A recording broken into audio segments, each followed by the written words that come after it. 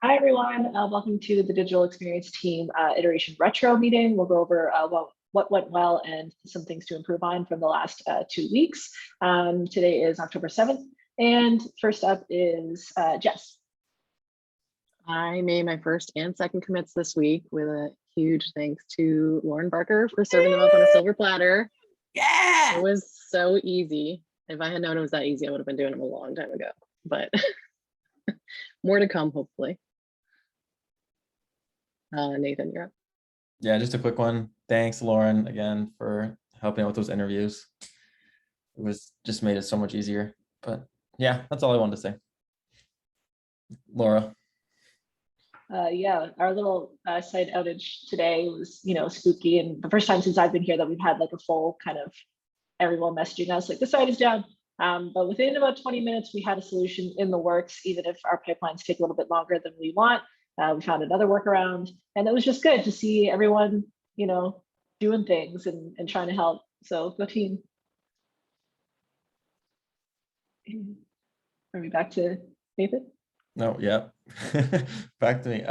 Yeah, awesome, Tyler. That build and deploy stuff. Like I pushed to prod yesterday and it took 4 minutes and 8 seconds.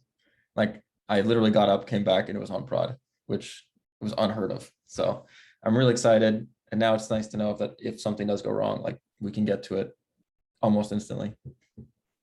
Yeah. How long was it taken before? I think between 10 and 20 is what I saw.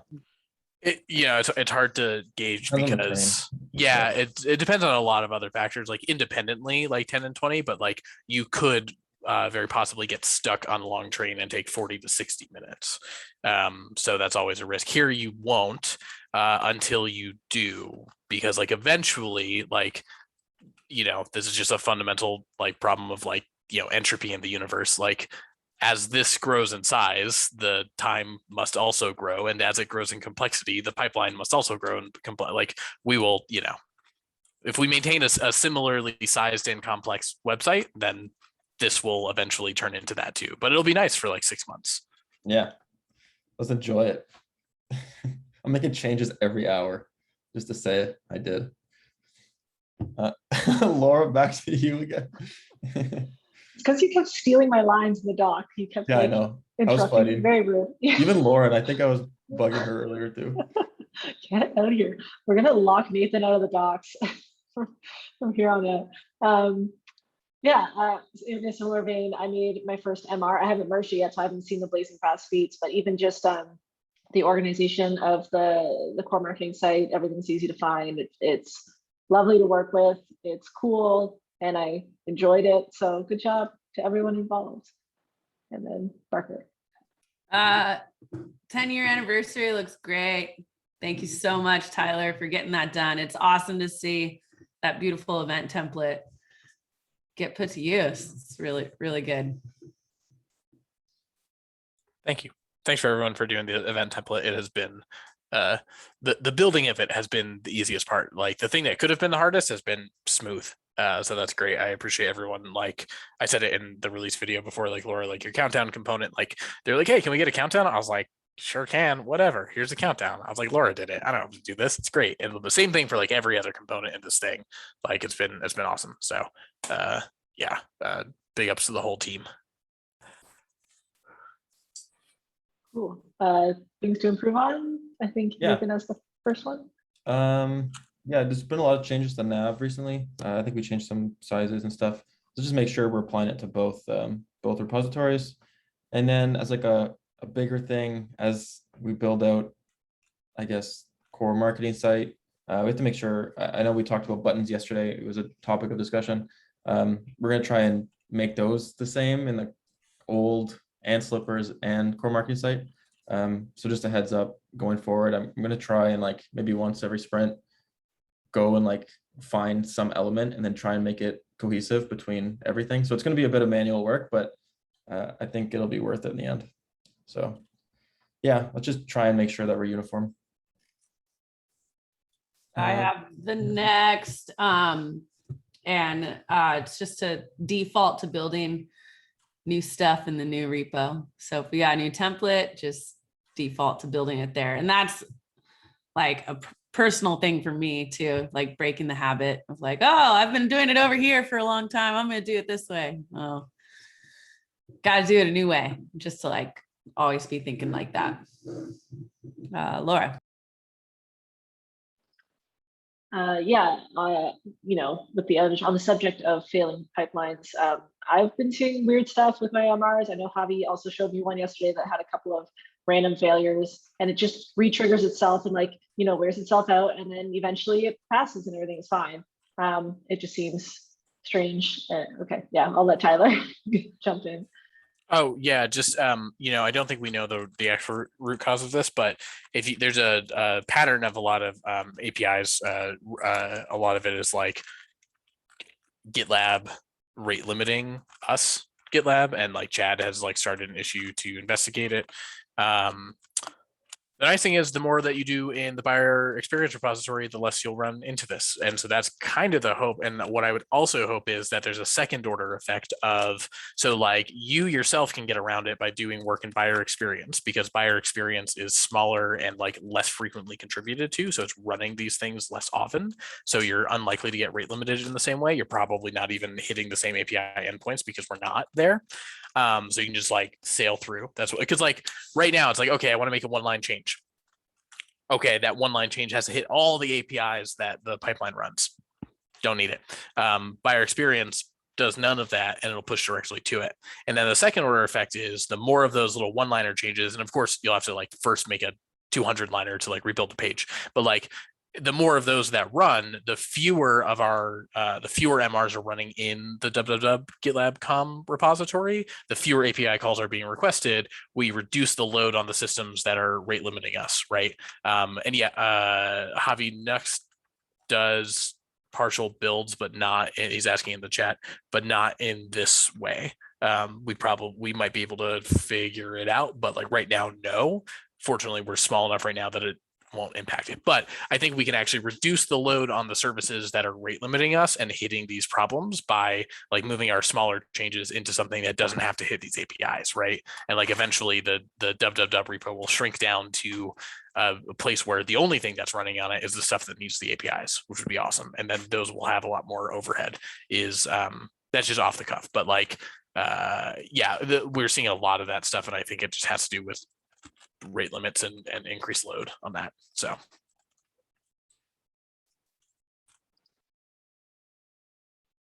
do we want to do action items? Do we want to talk about Javi's thing in the chat, time-based pipeline setup, so that fixes default to being ran every so often? I think that's about the random changes, maybe button changes that we were talking about.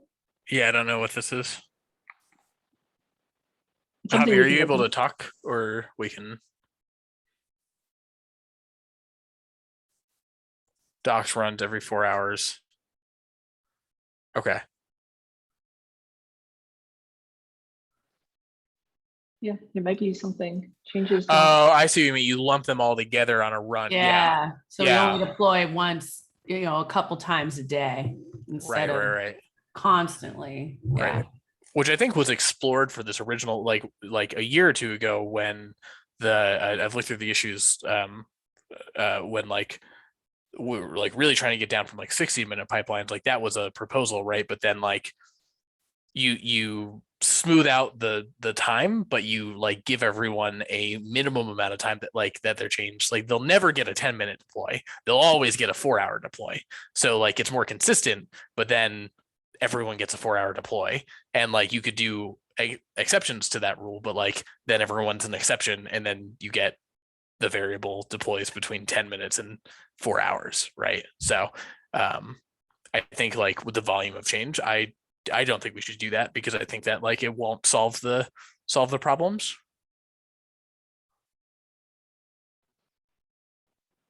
Cool. Do you want to go over the action items, or just Yeah, I'll vocalize real fast that we should do blameless root cause analysis for what happened today with our outage, with NPM's outage. I like made a comment in the incident issue, people can hop into. I think that we got struck by lightning. I think that this was like a perfect storm of things, and I don't think that we have a ton of risk there. But I think it's basically like 5 things, like 5-step process, which is MR happened, passed its pipeline, goes to master pipeline. Between the time that happens and master pipeline starts, NPM goes down.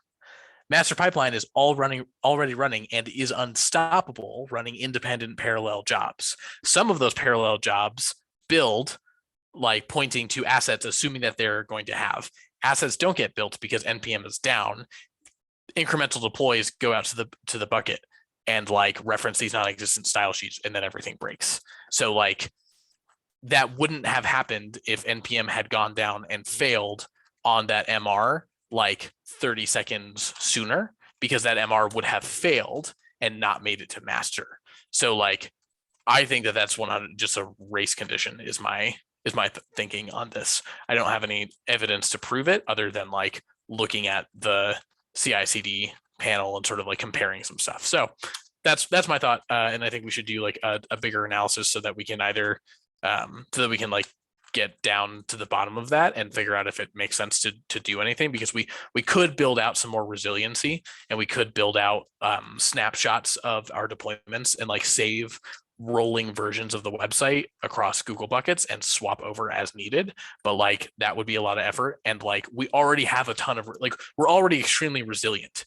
If an MR fails, it never gets to master, and we're always just defaulting to the last successful master build. Like that's just always the case. Whatever got out is like there. So I think we have a ton of resiliency, and I think that this was being struck by lightning. And I don't know if it would be worth the effort to do the other stuff, but at least not right now. Right.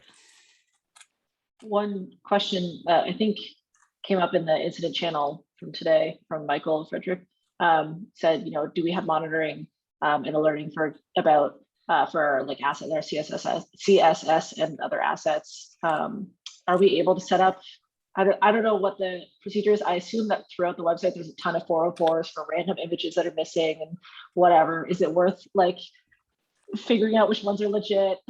Yeah, I don't know. I mean, like we do it. So we do it monitoring because we get it through LogRocket, we get it through Google Analytics. Like we know where we get 404s, and we get reports. Like Hanif often hits us up about like, hey, we had this thing missing, and I think like it's awesome. Like people are on top of it, but we don't have alerts the way of like outage alerts, because I think exactly what you're saying is like one, where do we run it? It's all client side, like where the 404s happen. Like, do we have like a server that pulls the site every so often and like goes through every single page and then lets us know when it hits a 404 error in a browser that it's running? And then what if that's like a local failure, and then do we get 100 errors that one computer couldn't get its stuff because like of a network error on its end and everything else is totally fine, right? I don't know. Yeah, fair. Sounds like more false positives, false negatives, false positives than what we need, but yeah. Cool. Okay, well, I think if anyone has any final thoughts, yeah, otherwise.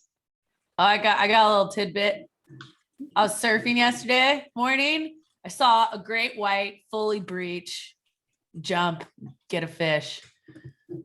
I Nice. paddled in calmly. Yep. That fish could have been you. You could have been dinner. In my 35 years of ocean experience, I've never seen a great white. That was the first time. That's cool. Yeah, it's scary. Very cool. They look very big, very efficient. All right, I'll start the recording there with that perfect little send off. We're lucky to have Lauren here today. We'll see you next time.